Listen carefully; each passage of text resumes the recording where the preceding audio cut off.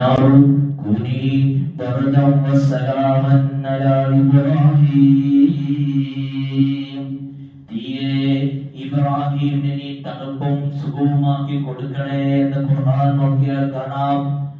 എന്നാൽ എന്ത് കാരണമാണ് ഇബ്രാഹിം നബി ആ തീക്കുണ്ടാരത്തിലേക്ക് വീണ സമയത്ത് അവിടുത്തെ ഒരു രോമത്തിനോ ഒരു തൊലിക്കോ ഒരു ദിനത്തിനോ ഒരു തരി പോറൽ പോലും സംഭവിച്ചിട്ടില്ല, ഒരു തരി ചൂട് പോലും ഏറ്റിട്ടില്ല. കാരണം എന്ത്?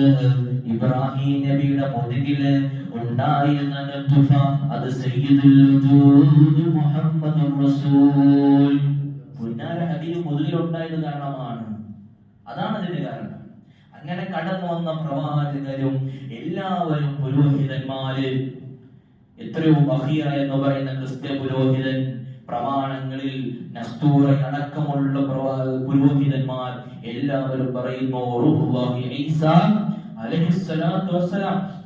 അവിടുത്തെ ഇഞ്ചിയിൽ നോക്കിയാൽ ഇന്ന് ബൈബിൾ എന്ന് പറയപ്പെടുന്ന ഇഞ്ചിയുടെ ഉള്ളിൽ നബിതങ്ങളെ പറ്റി ഒരുപാട് പറയുന്നുണ്ട്. അങ്ങനെ പറയുകയും കേൾക്കുകയും മനസ്സിലാക്കുകയും ചെയ്ത് നൂറ്റാണ്ടുകൾ പിന്നിട്ടുകൊണ്ട് ഇതാ ഒരു ഏകദേശം ക്രിസ്തുവർഷം നേടിയ 521 ക്രിസ്താബ്ദം 521 ഏപ്രിൽ മാസം 21-ാം തീയതി ഒരു തിങ്കളാഴ്ച സുബഹിയോട് അടുത്ത സമയത്ത് എല്ലാവരും കാത്തിരുന്ന, എല്ലാവരും കാണാനും കൊതിച്ച്, എല്ലാവരും മനസ്സിലാക്കാൻ ആഗ്രഹിച്ച, എല്ലാവരും എക്സ്പെക്ട് ചെയ്തുകൊണ്ടിരുന്ന ഒരു മനുഷ്യന്റെ ജനനം സംഭവിക്കാൻ പോവുകയാണ്. ഖുർആൻ പറഞ്ഞതും മുൻവേദങ്ങൾ പറഞ്ഞതും നമുക്ക് നബിമാര് പഠിപ്പിച്ചു തന്നതും ആയ ഒരു നേതാവിന്റെ ജനനം അള്ളാഹു പറഞ്ഞ് ഉടമയാകുന്ന ഉടമസ്ഥനാകുന്ന അള്ളാഹുവിന്റെ പേരിന്റെ കൂടെ ചേർത്തെഴുതിയ ഒരേ ഒരു പ്രവാചകന്റെ നാമമേ ഉള്ളൂ. അത് അഭിമാനിക്കാൻ നമുക്ക് നമ്മുടെ നേതാവ് മുഹമ്മദ് റസൂൽ. വേറൊരു പ്രവാചകന്റെ പേര് എഴുതിയിട്ടില്ല.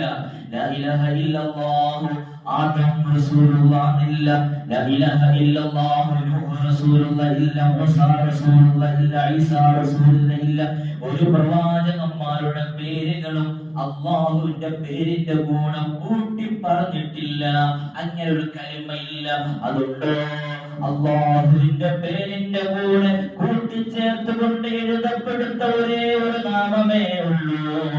അത് എന്റെയും നിങ്ങളുടെയും വാരിയല്ലുകളാൽ മൂടപ്പെട്ട ഹൃദയത്തിന്റെ ഉള്ളിൽ ജീവിക്കുന്ന മദീനയുടെ സുഗന്ധമേ, മലർവനിയുടെ നായകരെ, കാരുണ്യത്തിന്റെ കേദാരമേ, മുഹമ്മദ് റസൂൽ സല്ലല്ലാഹു അലൈഹി വസല്ലമ തങ്ങളാണ്.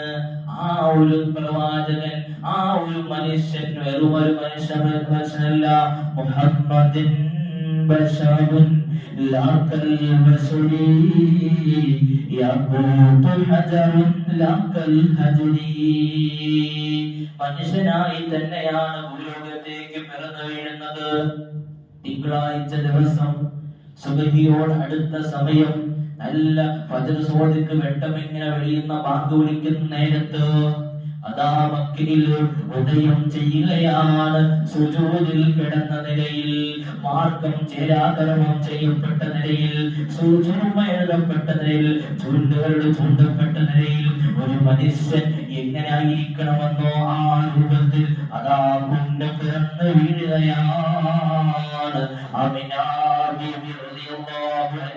ഉദരത്തിൽ നിന്നും ഈ മാലോകർക്ക് അനുഗ്രഹമായ അല്ലാഹ് പടച്ചത് നൂറ്റാണ്ടുകൾക്ക് മുമ്പ് അല്ലാഹ് സൃഷ്ടിച്ചത് അല്ലാഹുവിന്റെ തീരുമാനം അതായി ഉലകത്തേക്ക് ഉദിച്ചു വീഴുന്നു.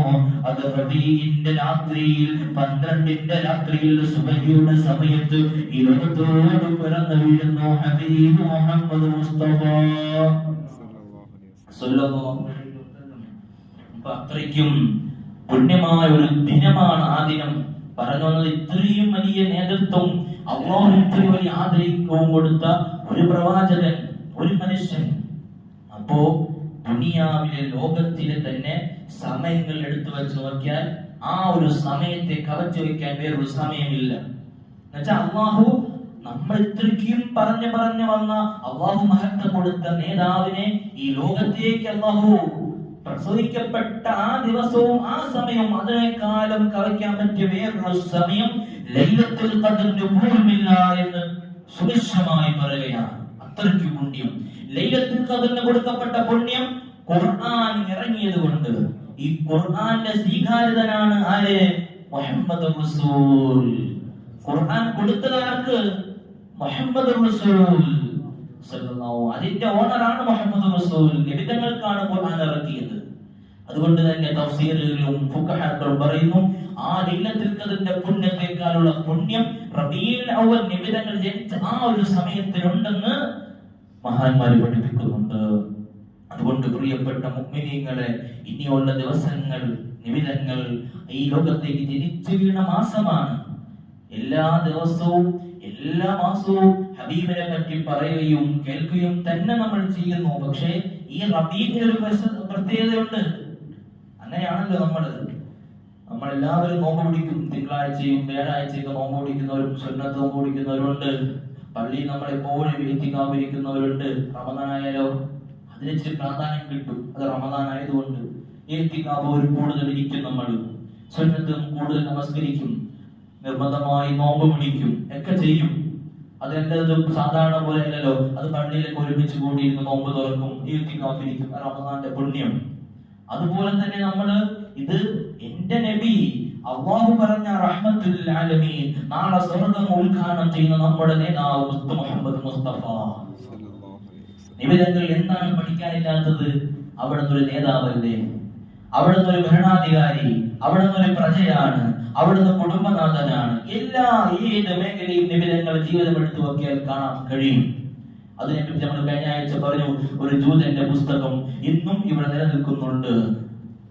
ഇന്നും ഇവിടെ കാണാം, ആ പുസ്തകം ഇവിടെ നിലനിൽക്കുന്നുണ്ട്. അതുകൊണ്ട് നിബിധങ്ങളെ പവറിനെ പറ്റിയാണ് അതിൽ പറയുന്നത്. അതുകൊണ്ട് പ്രിയപ്പെട്ട മുഅ്മിനീങ്ങളെ, അതുകൊണ്ട് അല്ലാഹുവിന്റെ റസൂൽ ജനിച്ച മാസത്തിൽ നമ്മൾ സന്തോഷിക്കണം. സന്തോഷം എന്ന് പറഞ്ഞാൽ റബീഉൽ അവ്വൽ 12ന്റെ അന്ന് ഒരു ബിരിയാണി വെച്ചുകൊണ്ട് സന്തോഷിക്കൽ മാത്രമല്ല, അതൊരു സന്തോഷം. ഭക്ഷണം കൊടുക്കുക വേറൊരു സന്തോഷം. നിബിധങ്ങളെ പറ്റി പറയണം, മദ്ഹ് പാടണം, അവിടത്തെ പറ്റി മറ്റുള്ള ജനങ്ങൾക്ക്, നമ്മുടെ സഹോദര വിശ്വാസികളുണ്ട്, അവർ മനസ്സിലാക്കണം ആരാണ് മുഹമ്മദ് റസൂൽ. അതിനു വേണ്ടിയിട്ടാണ് ഈ ദിവസം വരുമ്പോൾ പ്രത്യേകിച്ച് പ്രഭാഷണങ്ങളൊക്കെ നമ്മുടെ പള്ളികളിലൊക്കെ നടത്താറുള്ളത്. അതിനു വേണ്ടിയിട്ടാണ്. അത് ആര് വിദഗ്ധ എന്ന് പറഞ്ഞിട്ട് കാര്യമില്ല. അതെന്തൊരു വിദഗ്ധാണ്. ഒരു വിദഗ്ധ ഇവിടെ പറഞ്ഞാൽ അവിടെ വലിയ സുന്നത്ത് നടക്കുകയാണ്. അതാണ് പണ്ഡിതന്മാർ പഠിപ്പിച്ചിട്ടുള്ളത്. ആരെങ്കിലും വിഷയം വിദഗ്ധാണെന്ന് പറഞ്ഞുകൊണ്ട് വന്നു കഴിഞ്ഞാൽ ആ വിദഗ്ധത്തിന്റെ ഉള്ളിൽ ഈ സുന്നത്തുണ്ട്. നബിദിനം വിദഗ്ധാണെന്ന് പറഞ്ഞാൽ നമ്മൾ ചെയ്യുന്ന നബിദിനം എന്താ? നമ്മൾ 1 മുതൽ റബീഉൽ അവ്വൽ 1 നമ്മളെന്നും മൗലിദ് ഓതുന്നവരാണ്. നമ്മളെന്നും നബിദിനങ്ങളെ പറ്റി പറയുന്നതാണ്. അത് റബീഉൽ ആയതുകൊണ്ട് ഒരു പ്രത്യേകത. അന്ന് ഒരുമിച്ച് കൂടി നമ്മൾ ചൊല്ലുന്നു എന്ന് മാത്രമേ ഉള്ളൂ വ്യത്യാസം. വേറെ വ്യത്യാസമില്ല. വേറെ വ്യത്യാസം അവിടെ ഇല്ല. ഇത് റബീഉ ആണ്. പ്രത്യേകം നബിദിനങ്ങൾക്കുള്ള പ്രത്യേകപ്പെട്ട മാസം, അല്ലാഹു തിരഞ്ഞെടുത്ത മാസം, നബിയെ ഈ ലോകത്തേക്ക് തിരഞ്ഞെടുത്ത മാസം. ആ റബീആയ മാസത്തിലല്ലേ നബിദിനങ്ങൾ വഫാത്തായതും. റബീഉൽ അവ്വൽ അല്ലേ നബിദിനങ്ങൾ വഫാത്തായതും. അതുകൊണ്ട് വഫാത്തിന്റെ മേൽ വിഷമിക്കാനോ വഫാത്തിന്റെ മേൽ ആ ദുഃഖത്തിന്റെ ആചരണം നടത്താനോ ഇസ്ലാം പഠിപ്പിച്ചിട്ടില്ല, നിബിധങ്ങൾ പഠിപ്പിച്ചിട്ടില്ല. ഹയാത്തി ഖൈറുൽ ലക്കും വമമാതി ഖൈറുൽ ലക്കും.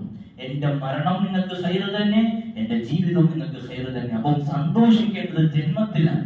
അതേ ദിവസം ഈ ലോകത്തോട് വിട പറയുന്നത്, ആ വിട പറയുന്നത് ഖൈറിലേക്കാണ്. നാളെ നമുക്ക് നിബിധങ്ങളെ കാണണ്ടേ, നിബിധങ്ങളെ കൂടെ സ്വർഗത്തിൽ കേറണ്ടേ. അത് അല്ലാഹുവിന്റെ റസൂലിന്റെ വഫാത്ത് അത് സുരക്ഷിതമായിരിക്കണമല്ലോ. അത് ഖൈർ തന്നെയാണ്. അത് റബീഉൽ മാസത്തിൽ തന്നെയാണ്, നല്ല തന്നെയാണ്. അതുകൊണ്ട് ഒരാളുടെയും നിബിധങ്ങളിൽ തന്നെ ഒരു മനുഷ്യന്റെയും വേർപാടിൽ ദുഃഖം ആചരിക്കൽ ഇസ്ലാമിൽ ഇല്ല. വാപ്പ മരിച്ചെന്ന് പറഞ്ഞുകൊണ്ട് അല്ലെങ്കിൽ ഉമ്മ മരിച്ചെന്ന് പറഞ്ഞുകൊണ്ട് ഒരു പ്രത്യേക ആചരണം, 10 ദിവസം ജോലിയില്ല, 10 ദിവസം നിസ്കാരമില്ല, 10 ദിവസം അല്ലെങ്കിൽ എന്റെ ഉമ്മ മരിച്ചുപോയി, ദുഃഖം.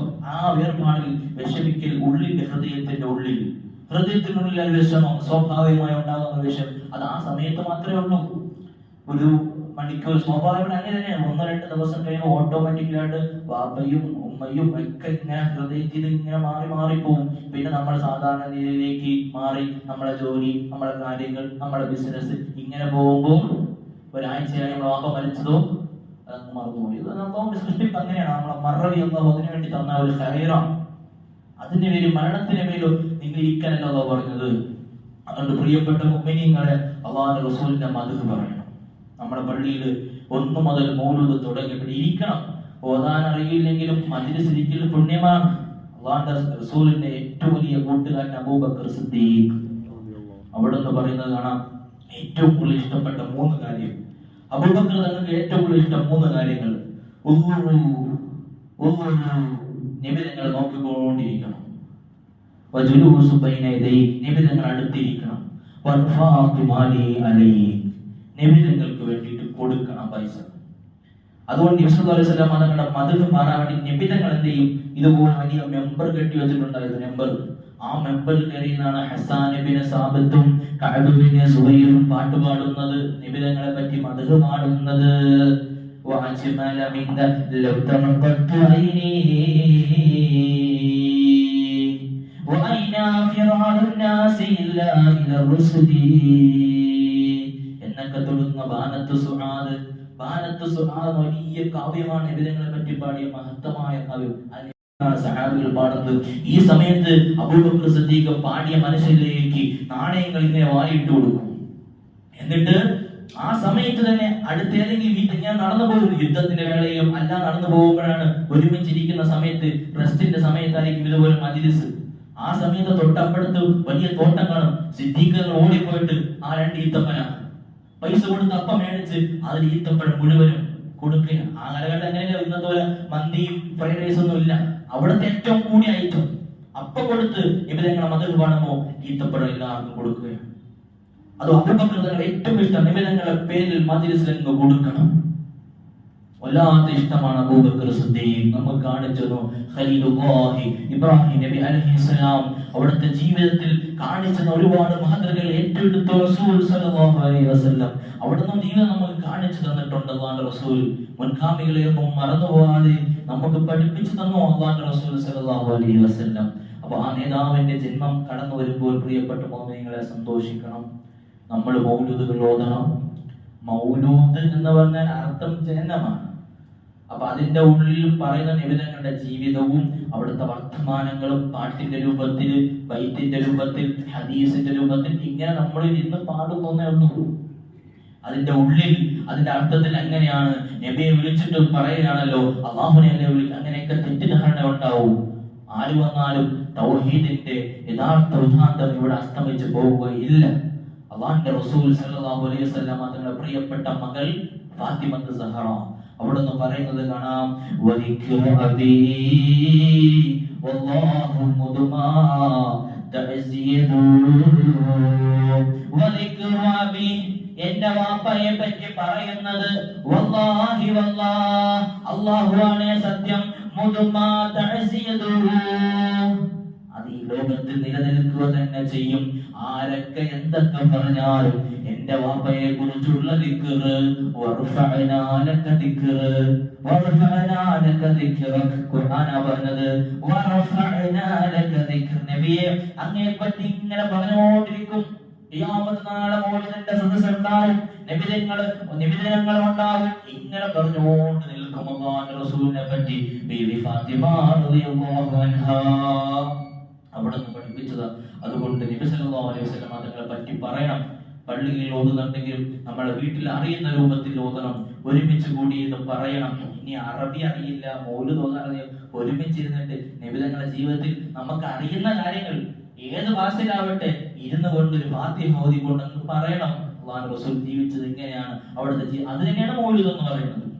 അത് തന്നെയാണ് ഖുർആൻ. എത്രയോ വാക്യം ഖുർആനകത്ത് ഫുള്ള് മൗലൂദ്. ലഖദ് ജാഅക്കും റസൂലും മിൻ അൻഫുസിക്കും അസീസും യാ അയ്യുഹൽ മുസമ്മിൽ. ഖുർആനകത്ത് ഇങ്ങനെ മൗലൂദ്, നബിയുടെ മൗലൂദ് തന്നെയാണ് ഖുർആൻ ഫുള്ള് പറയുന്നത്. മുഹമ്മദുൻ റസൂൽ ഇല്ലാ ഖദ് ഖലത് അലൈഹി മാ കാന മുഹമ്മദുൻ അബാ അഹദും മിൻ റിജാലിക്കും. എത്രയോ ആയത്തുകൾ ഖുർആൻ ഫുള്ള് അവിടത്തെ പറ്റി പറയുകയാണല്ലോ. അതുകൊണ്ട് ഏറ്റവും തെളിവ് തന്നെയാണ് നബിതങ്ങളെ സ്നേഹിച്ച് ബഹുമാനിച്ച് ആദരിച്ചുകൊണ്ടാണ്. ഖുർആനില്ലാത്ത അല്ലാഹു നബിതങ്ങളെ പേരെടുത്ത് വിളിച്ചിട്ടില്ല. പേരെടുത്തുകൊണ്ട് മുഹമ്മദേ എന്ന് നബിതങ്ങളെ അല്ലാഹു വിളിച്ചിട്ടില്ല. അല്ലാഹു കൊടുത്ത ആദരവ് എത്രയാണ്! മുഹമ്മദേ എന്ന് വിളിച്ചിട്ടില്ല ഖുർആന്റെ അകത്ത്. എല്ലാം കുൽ യാ കുൽ യാ കുൽ യാ, നബിയെ പറയണേ, നബിയെ പറഞ്ഞു കൊടുക്കണേ, ഇത് മാത്രമാണ്. പിന്നെ ഉണ്ടല്ലോ മുഹമ്മദ് റസൂൽ എന്ന് 2-3 ഇടത്തുണ്ടല്ലോ, അത് പരിചയപ്പെടുത്തി കൊടുത്തതാണ്. അത് നബിനെ അള്ളാഹു വിളിച്ചല്ല, അള്ളാഹു മുഹമ്മദ് നബിയെ പറ്റി പരിചയപ്പെടുത്തി കൊടുക്കണം. മുഹമ്മദ് റസൂൽ, മുഹമ്മദ് എന്ന പ്രവാചകൻ, വല്ലദീന മഅഹു അശിദ്ദാഉ അലൽ കുഫാരി റഹ്മാഹു ബൈനഹും തറാഉം റുക്അൻ സുജ്ജദൻ. ആയത്തിൽ കൂടി നബിതങ്ങളെ പരിചയപ്പെടുത്തി കൊടുക്കാൻ വേണ്ടി പറഞ്ഞതാണ്. അല്ലാഹു വിളിച്ചിട്ടില്ല, അല്ലാഹു വിളിച്ചതല്ല. യാ അയ്യുഹൽ മുസമ്മിൽ ത്വഹ യാസീൻ ഖുൽ യാ അയ്യുഹൽ കാഫിറൂൻ ഖുൽ ഹുവല്ലാഹു അഹദ് ഖുൽ അഊദു ബിറബ്ബിൻ നാസ്. എല്ലാം ഖുൽ എന്ന വാക്കിനർത്ഥം ഖുൽ യാ നബിയല്ലാഹ്, നബിയെ അങ്ങ് പറഞ്ഞു കൊടുക്കണം എന്ന് തന്നെ. അത്രയ്ക്ക് അല്ലാഹു ആ ബഹുമാനം അല്ലാഹുവിന്റെ റസൂലിനെ കൊടുത്തു സല്ലല്ലാഹു അലൈഹി വസല്ലം. അതുകൊണ്ട് നമ്മുടെ മൗലിദിന്റെ സദസ്സിൽ നിങ്ങൾ എല്ലാവരും ഒഴിവുള്ളവർ, ജോലി തിരക്കും മറ്റൊന്നുമില്ലെങ്കിൽ ഒരു അരമണിക്കൂർ സമയം പള്ളിയിൽ ഒരുമിച്ച് കൂടിയിരിക്കണം. ഇതിങ്ങനെ കിട്ടത്തുള്ളൂ. കിട്ടുന്ന മജ്‌ലിസിൽ ഉപയോഗപ്പെടുത്തണം. നമ്മുടെ വീട്ടിൽ മക്കളെ കൊണ്ടും നമ്മളെ കൊണ്ടും കഴിയുന്ന പോലെ ഒരു സദസ്സ് സംഘടിപ്പിക്കണം എല്ലാ ദിവസവും. ഈ റബീഉൽ മാസം മുഴുവനും വേണം, എങ്കിലും ആദ്യത്തെ 12 ദിവസം ഈ ബഹുമാനം കൊടുത്ത് നമ്മൾ ചെയ്യണം. അല്ലാഹു തൗഫീഖ് നൽകട്ടെ. നബിതങ്ങളെ പറ്റി പറയുന്ന വീട്ടില്, പറയുന്ന സ്ഥലത്ത് ഒരു അനാഥ ഉണ്ടാവില്ലെന്ന, കള്ളന്റെ ശല്യം